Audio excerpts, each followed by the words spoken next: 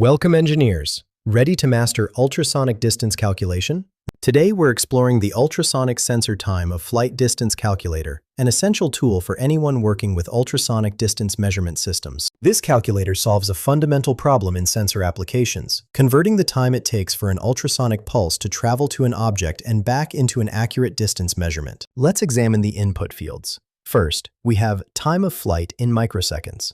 This is the round-trip time measured by your ultrasonic sensor. Next is temperature in degrees Celsius, which affects sound propagation speed. Alternatively, you can enter speed of sound directly in meters per second if you've already calculated it for your specific conditions. This flexibility is crucial since sound speed varies with temperature and atmospheric conditions. Here's a practical example. I'm measuring distance in a warehouse at 20 degrees Celsius. My ultrasonic sensor reports a time of flight of 5,800 microseconds. I'll enter 5,800 in the time of flight field, then 20 in the temperature field. I'll leave speed of sound empty since we want the calculator to determine this from temperature. Click Calculate Distance. The calculator returns our distance result. This represents the actual distance to the target object, already accounting for the round-trip nature of ultrasonic measurement.